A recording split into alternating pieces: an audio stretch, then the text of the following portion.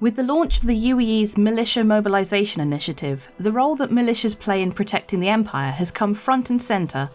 The current directive aims to help arm civilian militias so they can protect their homeworld and system against Vandal incursions and outlaws.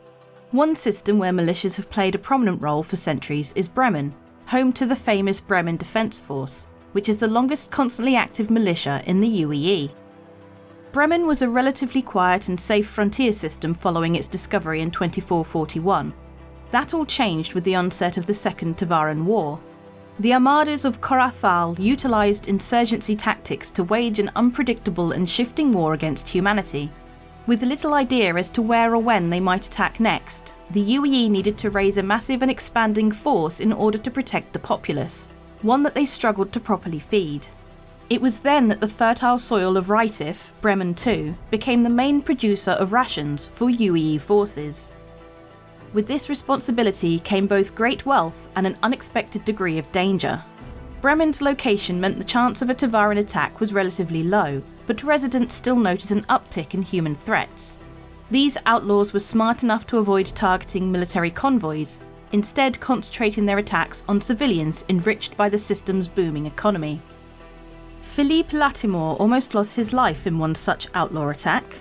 The spry octogenarian was a veteran of the First Tavaran War who attempted to re-enlist in the Navy when the second one began.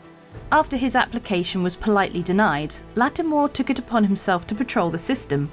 He spent his days responding to distress calls and meticulously documenting his experience. One day he answered a distress call only to be overwhelmed by outlaws still picking apart their latest catch. He barely survived the attack, and although it was a close call, it didn't deter him.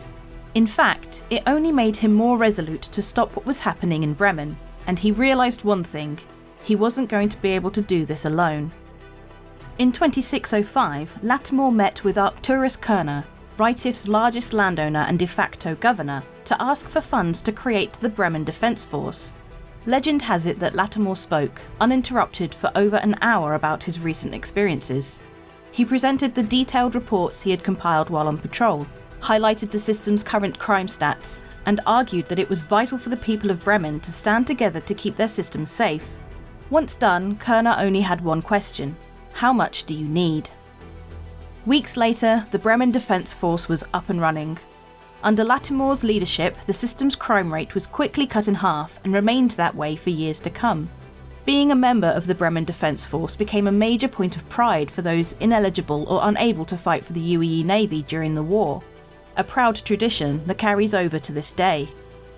Following the end of the Second Tavaran War, the UEE Armed Forces' demand for foodstuffs from Reitif was greatly reduced. Yet the landowner collective known as Bremen Mills didn't slow production. They had become an economic powerhouse in the Empire's grain market and had quickly shifted their focus to supplying food for the public. Security for these food shipments were of the utmost importance, and Bremen Mills quickly realised that subsidising the Bremen Defence Force was cheaper than hiring full-time private security forces. This arrangement worked relatively well until the grain market crashed in 2640. Bremen Mills suffered a severe financial hit and was forced to cut funds to the BDF. In addition, millions of jobs related to the grain market were lost, and Bremen saw its population dwindle. Suddenly, the BDF was on a precipice. Lacking funding and losing members, many thought it didn't have a chance to survive. Though he had stepped away from running the militia's day-to-day operations due to failing health, Philippe Latimore once again got heavily involved to save the BDF. He made appeals to private citizens to donate time or equipment and called upon local businesses to provide financial support. Now, more than ever, he argued, Bremen was in need of a strong militia to protect its people during the insecurity of these tough economic times. Many resisted until in 2642, the Advocacy's Travel Safety Advisory System upgraded the system's threat level to medium, its highest threat level to date. Worried that Bremen's safe reputation was on the line, the public and private sector rededicated themselves to ensuring the system's security. Since the Bremen Defence Force was already so deeply ingrained, the powers that be figured it would be quicker and cheaper to get it running at full capacity rather than expanding Reitif's anemic police force. Public and private funds once again were funneled to the BDF, and a widespread ad campaign to recruit volunteers was kicked off. Some balked at the system's main defence force not being a wholly government-run operation, but it was impossible to argue with the results, as the system's threat level soon dropped back to its previous level. This action also reinforced the tradition of Bremen relying on militias instead of normal police forces for their security. This was a unique practice when compared to other systems, and one that revolutionaries would eventually take advantage of to help bring down the Messer regime. Over the years, a number of other militias rose to prominence in Bremen, though none ever achieved the sophistication of the BDF. The system's reputation for being relatively safe persisted and remained a point of pride. It was only because of this that the Messer regime didn't insist that a more centralised and controllable security apparatus be installed. With the rising Vandal threat on one front and the Cold War with the Xi'an on another, the Messer regime didn't see a reason to change a system that was working for them. Yet, it was the Bremen Defence Force's decentralised nature that allowed anti-Messer activists to exploit it to their benefit. According to reports released during the Truth and Reconciliation Commission, the Messers ran several concurrent operations that implanted loyal agents into the militia to monitor its activity. The militia stayed non-committal to Messer regime policies and deflected pressure to take sides on anything not directly related to Bremen. They changed their motto to Bremen above all and instructed volunteers to not discuss empire-wide politics while on duty. To avoid like-minded individuals consistently pairing up, patrol partners were randomly selected at roll call. Actions like this helped the militia maintain their autonomy through the centuries of Messer rule.